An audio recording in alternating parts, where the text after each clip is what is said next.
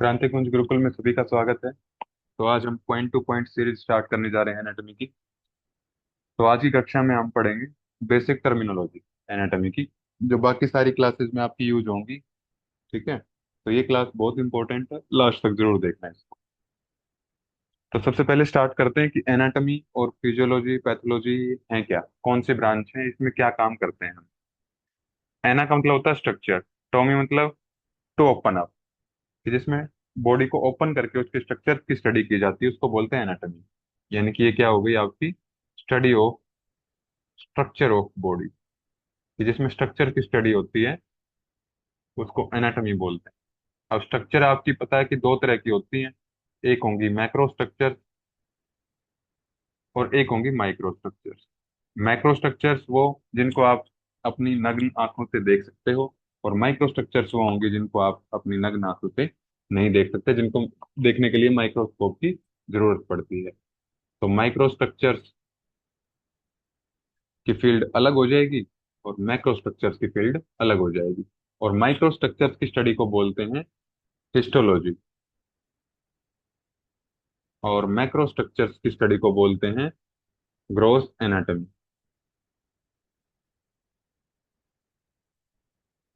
क्या क्या एग्जांपल्स होते हैं माइक्रो स्ट्रक्चर्स के, जैसे सेल्स हो गई, टिश्यूज हो गए। ठीक है, और ऐसे ही इसमें ऑर्गन हो गया और organ system.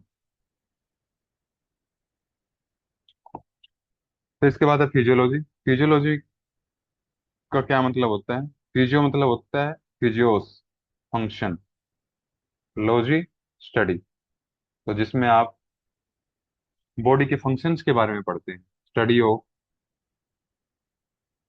Function of body. फिर पैथोलॉजी, पैथो मतलब disease, logy again study, study of disease. तो एक बार क्वेश्चन बना हुआ है इसके ऊपर, तो ये भी हमने देख लिया।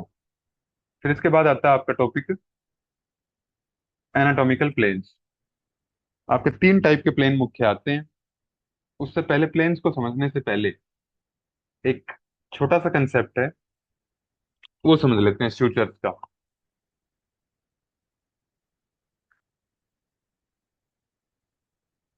सूचर्स क्या है?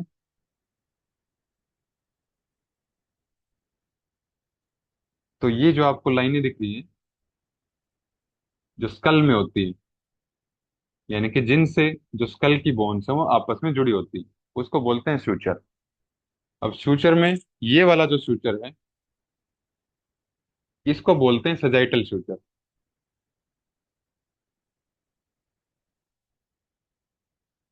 सजाइटल सूचर, जो दो पैराइटल पैराइटल बोन्स, ये पैराइटल बोन है, ये पैराइटल दो, जो दो पैराइटल बोन्स को जोड़ता है उसको बोलते हैं सजाइटल सूचर। और ये जो होता है इसको बोलते हैं कोरोनल सूचर, जो पैराइटल बोन और फ्रंटल बोन को आपस में जोड़ता है, कोरोनल सूचर। अब जो प्लेन करेंगे, तो आपको एक लाइन एजम्पशन के लिए दी जाएगी कि आपको एक लाइन एज्यूम करनी है, एक सजाइटल लाइन जिसको बोलते हैं, वो सजाइटल सूचर से पास करेगी। ये आपका सजाइटल सूचर है, तो यहाँ से वो लाइन पास करेगी। ठीक है, और एक आपका कोरोनल सूचर है, उसमें लाइन आपकी पास करेगी यहाँ से। ठीक है, तो अब समझ लेते हैं एनाटॉमिकल प्लेन्स को। अब पहला आता है इसमें सजाइटल सूचर।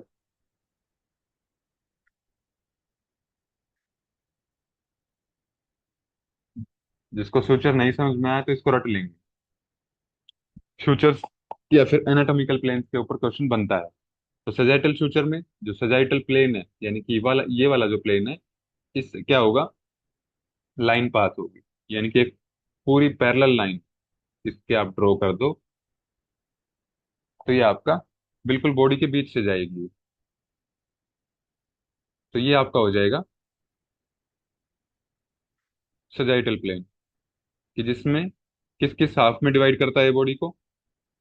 एक ये आपको पता है, इस साइड होगी राइट साइड, और इस साइड हो गई है लेफ्ट साइड। तो सजाइटल सूचर या फिर सजाइटल प्लेन फ्यूचर लिख दिया, सॉरी। तो ये सजाइटल प्लेन है।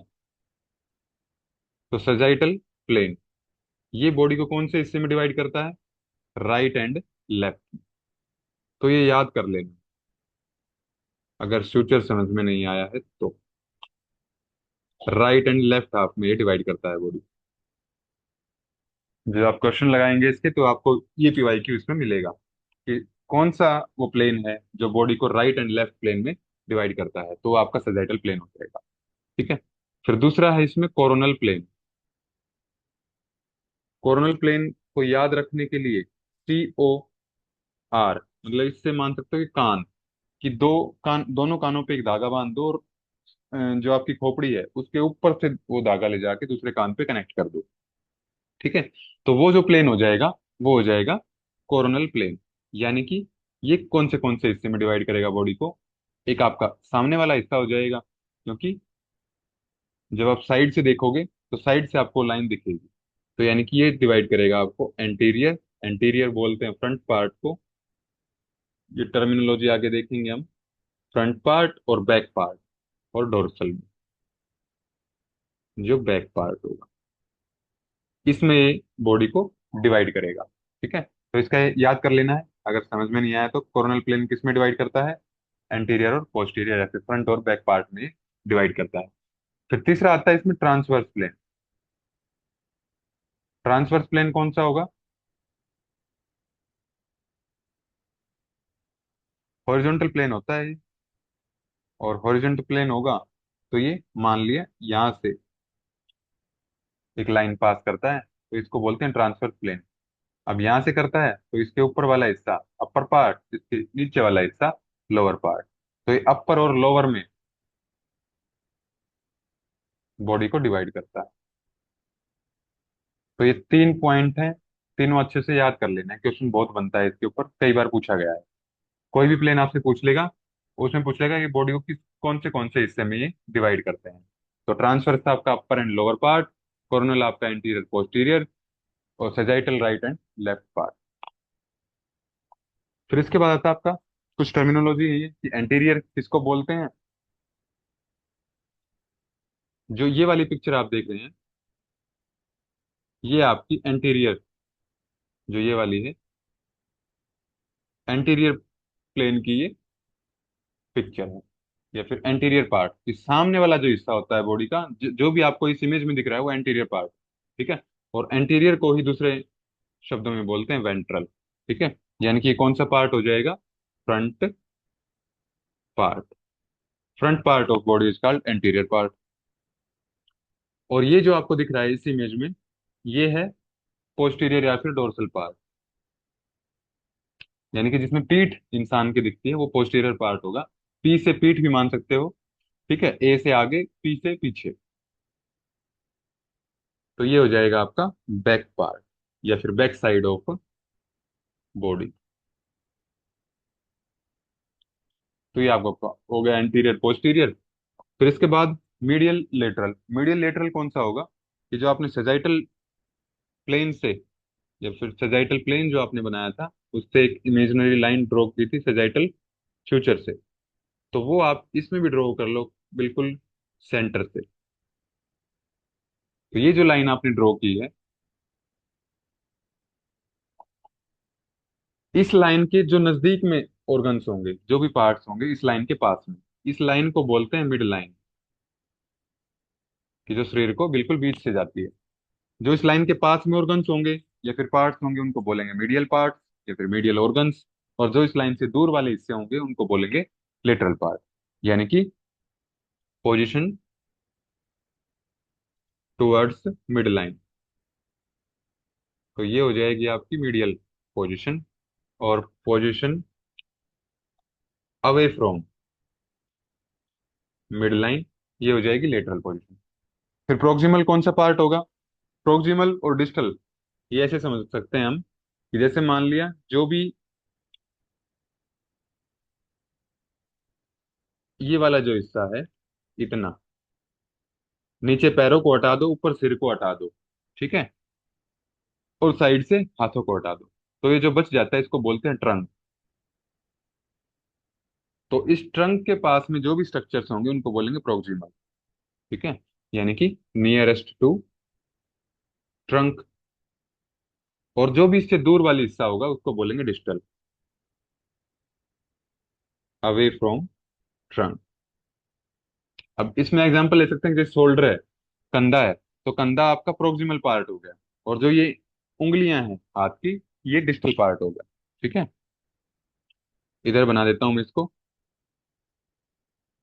तो कंधा प्रोक्सिमल पार्ट, उंगलियां distal part, away from the trunk.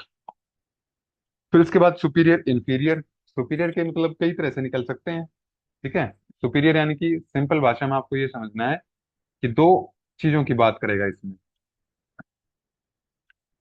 कि जो दूसरी चीज है वो इससे नीचे है, इसका मतलब ये। ठीक है, या फिर यहाँ से जो ट्रांसवर्स प्लेन में हमने डिवाइड किया था बॉडी को, ऊपर वाला अपर पार्ट था यानी कि सुपीरियर पार्ट था वो, और नीचे वाला लोअर पार्ट जो इंफीरियर पार्ट।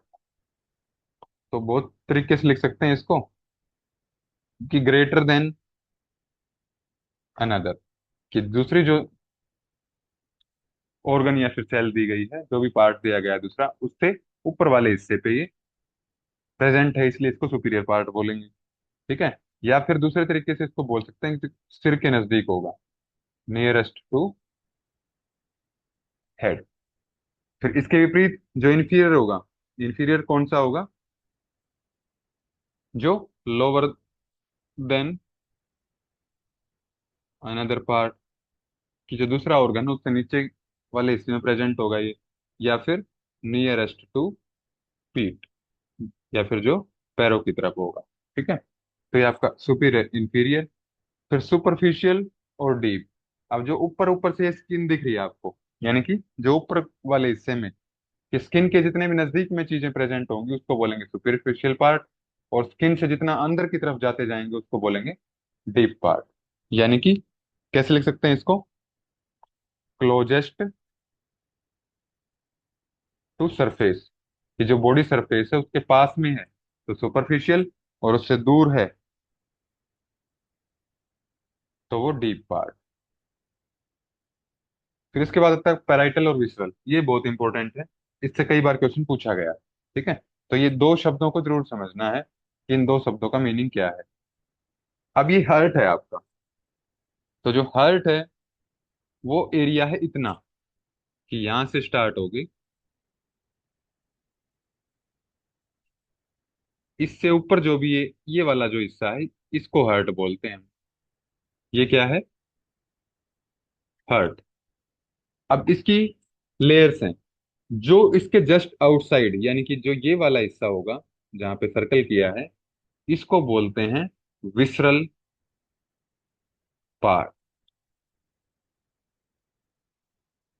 ठीक है, हार्ट क्या है? एक ऑर्गन, और ऑर्गन को ही दूसरे शब्दों में हम बोलते हैं विसरा, कि जो ऑर्गन के सबसे पास में जो लेयर होगी उसको बोलेंगे विसरल पार्ट या फिर विसरल लेयर।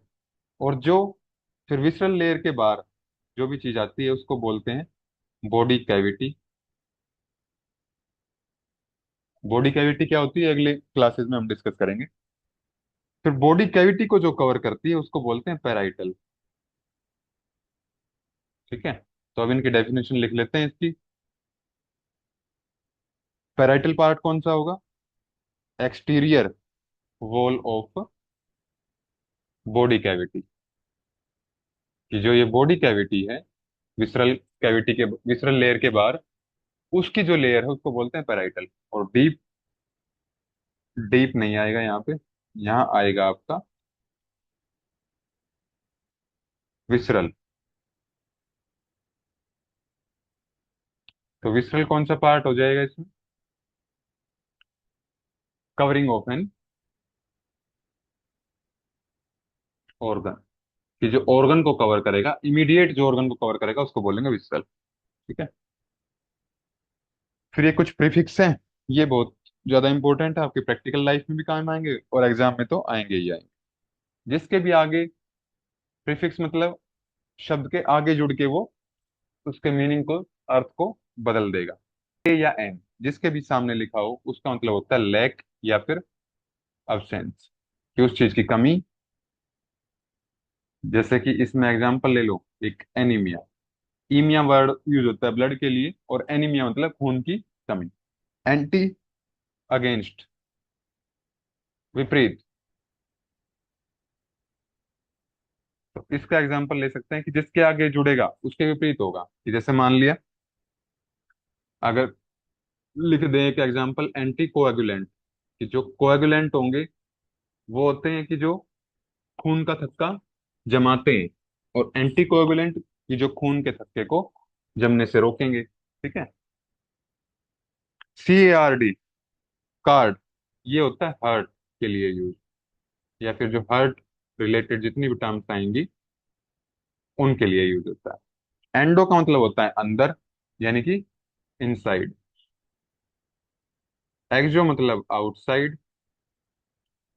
अब जिसके भी आगे लगा होगा उसके बाहर और उसके अंदर की बात करेंगे, कि जैसे मान लिया, इसमें एग्जांपल ले लें एंडोसाइटोसिस। साइटो वर्ड यूज होता है सेल के लिए, यानी कि सेल के अंदर। और अगर इसमें एग्जांपल ले तो एक्सोसाइटोसिस, यानी कि सेल के बाहर। हाइपर मतलब एक्सेस, ज्यादा, अधिकता। और हाइपो मतलब डेफिशिएंसी, डेफिशिएंसी या फिर बिलो।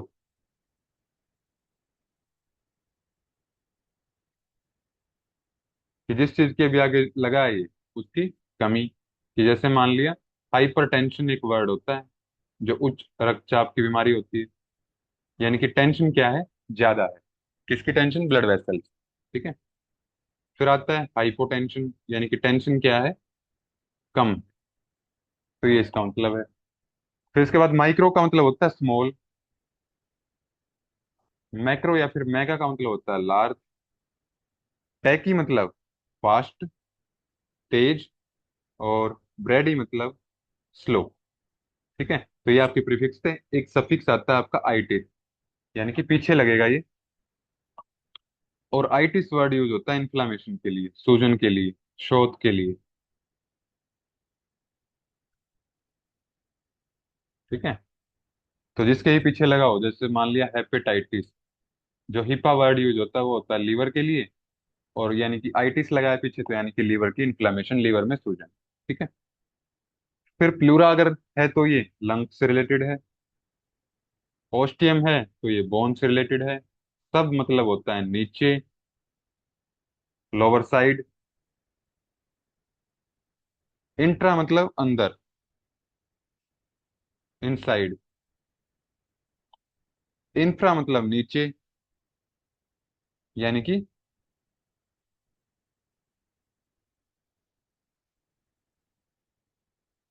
कोई भी चीज ऊपर है मतलब उसके नीचे, जो सुपीरियर इंफीरियर किया था वो सेम चीज है ये।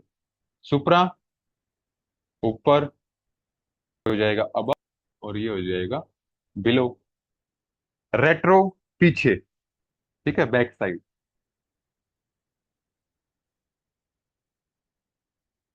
मतलब किसी के भी आगे रेट्रो लगाया तो मतलब उस चीज के पीछे वाले हिस्से की बात कर रहा है। कोडल जो टेल पार्ट होगा,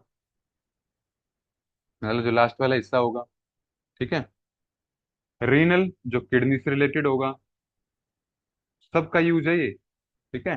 क्योंकि आगे जो क्लासेस करेंगे उसमें सब, बस मैं बोलूंगा रीनल, और आपको समझ जाना है कि ये किडनी से रिलेटेड बात हो रही है यहाँ पे। गैस्ट्रम जो वर्ड यूज होता है वो होता है स्टमक के लिए। हिपेटिक या हिप्पा, ये वर्ड यूज होता है लीवर के लिए। मिगेली, ये बहुत इंपॉर्टेंट है। मिगेली होता है इंक्रीज इन साइज, कि किसी भी चीज का अगर साइज बढ़ जाता है तो उसके पीछे मिगेली जुड़ जाता है।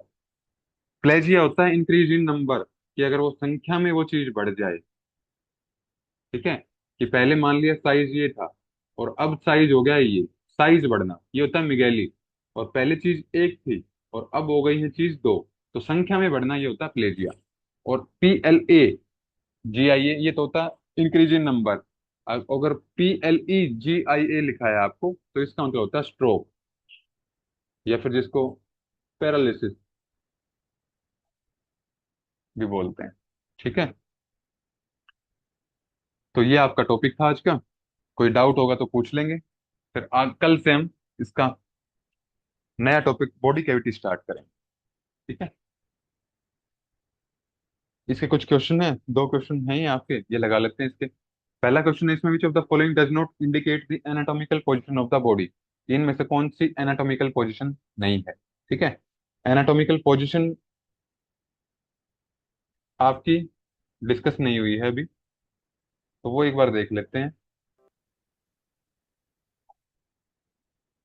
यहाँ पे आपको बता देते हैं एनाटॉमिकल पोजीशन कौन सी होगी। इसमें देख लीजिए, ये एनाटॉमिकल पोजीशन में आदमी ये खड़ा है। ठीक है। तो अगर इसमें बात करें तो पांच चीजें देखते हैं इसमें। एक तो इसका सिर देखेंगे, सिर की क्या पोजीशन है, तो सामने देख रहा है ये। ठीक है। और फिर हाथ कैसे हैं, सामने की तरफ है। हथेली जो है, पाम जो है, सामने की तरफ है। पैर दोनों पैरेलल हैं। और जो अंगूठा है वो किस साइड है, मिड लाइन से बाहर की तरफ, यानी कि अवे फ्रॉम बॉडी। ठीक है। और जो फीट हैं वो फ्लैट हैं ग्राउंड पे। तो ये पांच चीजें इसमें देखते हैं। ठीक है। तो यहाँ लिखना है एनाटॉमिकल पोजीशन। तो पहला आ जाएगा इसमें हेड या फिर फेस डायरेक्टेड फॉरवर्ड। उस इमेज को याद रखेंगे जो पीछे स्लाइड पे थी, वो एनाटॉमिकल पोजीशन में थी वो इमेज है। फिर अंगूठा अवे फ्रॉम बॉडी।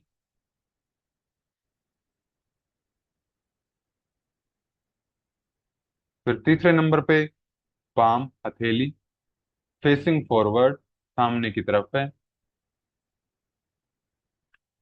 फिर चार नंबर पे आता है उसके पैर दोनों, फीट। फीट क्या है, फ्लैट है सरफेस पे, तो फ्लैट ऑन सरफेस। और दूसरी चीज क्या है, सामने की तरफ है, पीछे की तरफ नहीं है, तो फेसिंग फॉरवर्ड। और एक आपका रह गया लोअर लिम्स। इसको बोलते हैं पैरेलल। ये दोनों क्या है, पैरेलल। अब लिम्स में क्या डिफरेंस होता है, ये जो आपका इतना हिस्सा है, ठीक है, ये होती है थाई, जंगा। और ये जो होती है इसको बोलते हैं लेग। और जब ये दोनों कंबाइंड हो जाती हैं तो इसको बोलते हैं लोअर लिम्ब। ठीक है। ऐसे ही ये आपकी क्या है, आर्म है। जो इतना हिस्सा होता है ये आर्म का है, और ये आपका फोर आर्म है। और जब ये दोनों मिल जाते हैं तो वो होता है अपर लिम्ब। तो ये कुछ बेसिक सी चीजें हैं, तो ये याद रखेंगे, कंफ्यूज नहीं करना है कि लेग की बात कर रहा है, थाई की, या फिर अपर लोअर लिम्ब किसकी बात कर रहे हैं। ठीक है। अब वो क्वेश्चन देखते हैं जो पूछा गया है कि which of the following does not indicate the anatomical position of the body. तो पहले नंबर पे फेस डायरेक्टेड फॉरवर्ड, तो ये ठीक है, ये तो आएगी। लिम्स पैरेलल, ये भी आएगी। Thumb facing towards mid line, ठीक है, ये गलत है क्योंकि away from mid line point करता है वो। ठीक है।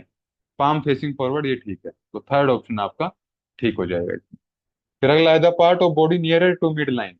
तो मिड लाइन के जो पास में होगी उसको बोलेंगे मीडियल। और जो मिड लाइन से दूर होगी उसको बोलेंगे लेटरल पार्ट। या लेकिन यहाँ पे इसने ऑप्शन क्या दिए हैं, प्रोक्सिमल दिया है, डिस्टल दिया है। तो जो मिड लाइन के पास में होगा यानी कि वो कौन सा पार्ट होगा, प्रोक्सिमल होगा। ठीक है। और अगर मीडियल लिखा होता तो मीडियल लगाते हैं इसका आंसर। ठीक है। तो इतना ही रखते हैं आज।